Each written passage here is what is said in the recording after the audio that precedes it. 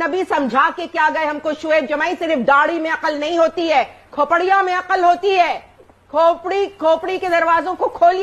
मुझे फख्र महसूस होता है कि मैं मुसलमान हूँ और मुझे बहुत फख्र महसूस होता है कि मैं हिंदुस्तानी हूँ। अब पहले क्या है, हिंदुस्तानी या पहले मुसलमान? कि जब शरीयत की बात होती है तो खामखा मनुस्मृति की बात ना करो। हिंदू मनुस्मृति को त्याग चुका। आप कंफ्यूज ना करिए सब्जेक्ट को, शरीयती की बात करिए, मनुस्मृति का कोई कंट्रोवर्सी नहीं है। मर्द कहीं के जाहिल आदमी हो एक नंबर के, चुच्चू पाटे कैसे धोने हैं तुम्हें, जाहिल आदमी हो एक नंबर के, हुक्म कैसे साफ करने हैं मैं नहीं सिखाऊंगी तुम्हें। कुरान में साफ लिखा है, गुस्ल पढ़ लो और नहीं आता भाड़े के बाराती हैं, अपने अब्बा से पूछ लो और अपनी बहनों से जाओ। सवाल का जवाब यह है, अगर डॉक्टर सैयद रिजवान अहमद देश का गृह मंत्री होता तो शाहीन बाग पर पतलून उतार कर शोएब के पिछवाड़े 10 डंडे मार के इसका पिछवाड़ा लाल कर देता। आप मुसलमान हैं? मैं भारतीय मुसलमान हूँ। मैं शान और फख्र से कहती हूँ कि मैं एक भारतीय मुसलमान हूँ। मेरा सवाल है, पहले आप भारतीय हैं या पहले आप मुसलमान? मैं सवाल पूछ रहा हूँ मैडम, मेरा सवाल ये है, आपका जो मन हो, आप आजादी है इस देश के अंदर, आपका जो मन हो वही बोलिएगा। आप पहले भारतीय हैं या पहले मुसलमान हैं? जी देखिए, मैं एक भारतीय मुसलमान हूँ। मैं Indian Muslim, I am proud of that. पहले भारतीय है, पहले मुसलमान है, क्या मतलब है? मेरा धर्म आता है। ये सवाल से आप क्या किया? क्या सवाल का मतलब क्या है? सवाल ही बड़ा महत्वपूर्ण है, उसी के बाद आगे की कहानी शुरू होगी सायदा जी की बात में, यही समझूं मैं इसको। मैं मुसलमान भी हूँ, मैं भारतीय भी हूँ। बिल्कुल आप दोनों हैं। आप पहले क्या है? जैसे मैं पहले भारतीय हूँ, आप पहले क्या है? क्या भाई पाकिस्तानी हो, क्या हो तुम? ये कोई ऑप्शन ही नहीं है ना, ये कोई शब्द ही नहीं है। आप पहले मुसलमान हैं या पहले भारतीय हैं? मैं चौथी बार पूछ रहा हूँ। नहीं तो मैं आपका जवाब समझ जाऊंगा। ये कैसा सवाल हुआ? मुझे फख्र महसूस होता है कि मैं एक मुसलमान हूँ और मुझे बहुत फख्र महसूस होता है कि मैं एक हिंदुस्तानी हूँ। अब पहले क्या है, हिंदुस्तानी या पहले मुसलमान? ये क्या बात, पहले क्या है? देखिए, मैं मुसलमान पैदा हुई थी और मैं हिंदुस्तान में पैदा हुई थी। क्या सोच है रे तेरी? अब आप मुझे बताइए, हिंदुस्तानी मुसलमान जी, एक मैडम बात, सवाल सुनिए। ये जो मकबूल भट्ट को जिसने फांसी दी थी, उस जज की हत्या हुई नीलकंठ गंजू की, क्या वो जायज थी? और क्या उसी संदर्भ में अब जिसने हिजाब पर ऑर्डर दिया उसकी भी हत्या करने की धमकी दी जा रही थी, क्या वो जायज थी? क्या आपको लगता है ये गलत था और उन आरोपियों को कड़ी से कड़ी सजा होनी चाहिए, ताजीरात हिंद होनी चाहिए? देखिए, जो जजेस ने हिजाब का फैसला लिया उनको धमकियां आई, ठीक है। जो जिन लोगों ने उन जजेस को धमकियां दी उनको अरेस्ट भी तो किया गया, उनको अरेस्ट किया गया और उन जजेस को वाई कैटेगरी की सिक्योरिटी देने का ऐलान किया गया और उनको सिक्योरिटी मिल भी जाएगी। लेकिन भारतीय मुसलमानों को, हिंदुस्तान के मुसलमानों को कब सिक्योरिटी मिलेगी अमीश देवगन जी? रोज हिंदुस्तान के मुसलमानों को धमकियां दी जाती है, सिक्योरिटी कब मिलेगी? तुझे अक्ल है? तू क्या बोल रही है? रिजवान अहमद, जो कट्टर नहीं वो मुसलमान नहीं, जो कट्टर नहीं वो मुसलमान नहीं, और जो रिफॉर्म हो गया वो इनके हिसाब से इस्लाम नहीं।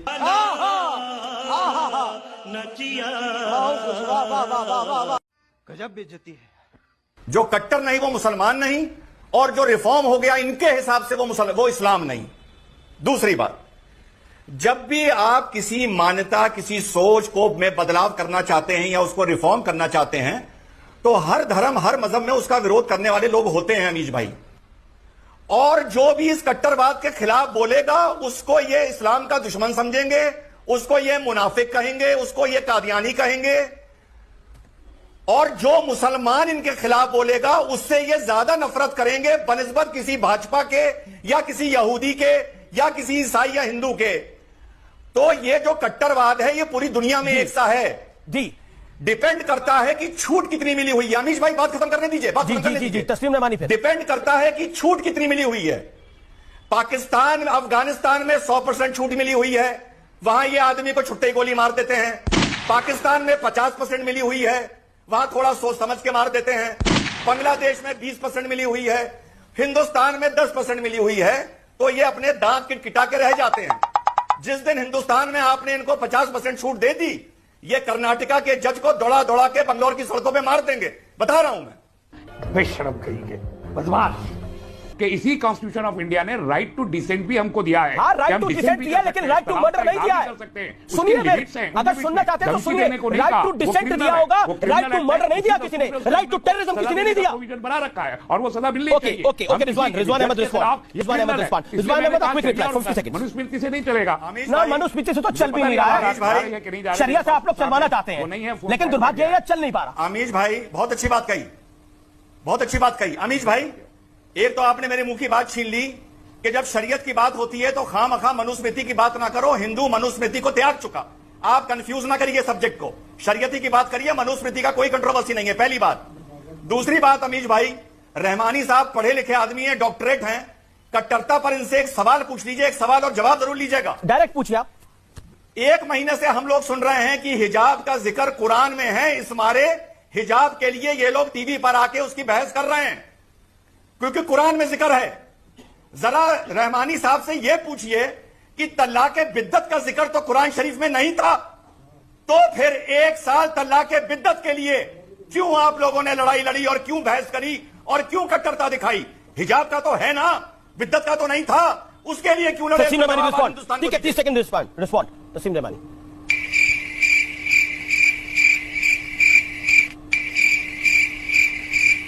तस्लीम रहमानी बोलिए, जवाब। अबे जल्दी बोल, कल सुबह पनवेल निकलना है।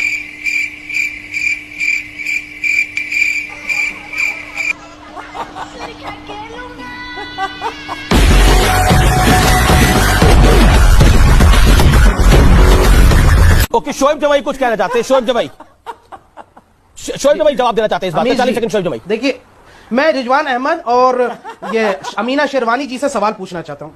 ठीक है, आपने कहा कि ये इस्लामिक मेरे सवाल का स्कॉलर जवाब है तो पहले, और इनको पहले इस्लाम मेरे का सवाल नॉलेज जवाब बहुत तो है। नहीं, अमीश भाई और गलत बात है। अमीश भाई मैं गलत जवाब बात दे है। रहा हूँ। अमीना अमीना शेरवानी जी ने भी बहुत सारे इस्लाम के बारे में सवाल पूछा।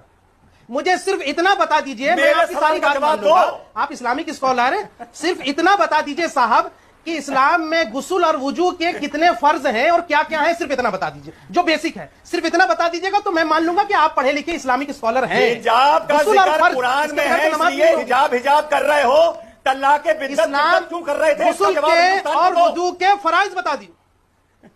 गुस्ल के और वुजू के 4 फराइज बता दीजिए, मैं मान लूंगा कि आपने इस्लाम और कुरान को पढ़ा है, वरना आप झूठे हैं।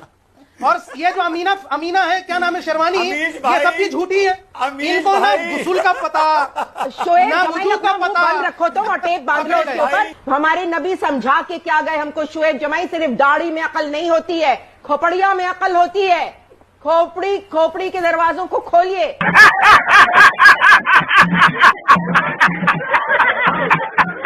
और अल्लाह से डरो तुम। तुमने कुरान की तौहीन की है। अगर तुम्हारी माँ ने तुमको अपने वजू का धोना नहीं सिखाए तो मैं तुम्हें नहीं सिखाऊंगी टीवी चैनल पर। मैं मर्दों को वजू का नहीं धोना सिखाऊंगी, मैं मर्दों को सिखाऊंगी कि वजू कैसे की जाती है। बदतमीज मर्द कहीं के तुम्हारी अम्मा तुम्हें सिखाएगी कि तुम्हें अपने चुच्चू पाटे कैसे धोने हैं, तुम्हें जाहिल आदमी हो एक नंबर के। भाषा की मर्यादा रखी जाए। गुप्तम कैसे साफ करने हैं नहीं, आइए, मैं नहीं सिखाऊंगी तुम्हें। कुरान में साफ लिखा है, खुद पढ़ लो, और नहीं आता तो भाड़े अपनी के अम्मा से बाराती पूछ लो, हैं। अपने अब्बा से पूछ लो और अपनी बहनों से जाओ। देखिए, मुझे लगता है पराई औरत से ये मत पूछो कि तुम्हारे अंगों को कैसे धोना है 5 बार दिन में। कैसी अपमानजनक बातें कर रहा है लौटा, ये अश्लील है ये लोटा। देखिए, अब मेरी जानकारी उसके बाद तुम जिंदगी भर वुजू करने के लायक नहीं रहोगे।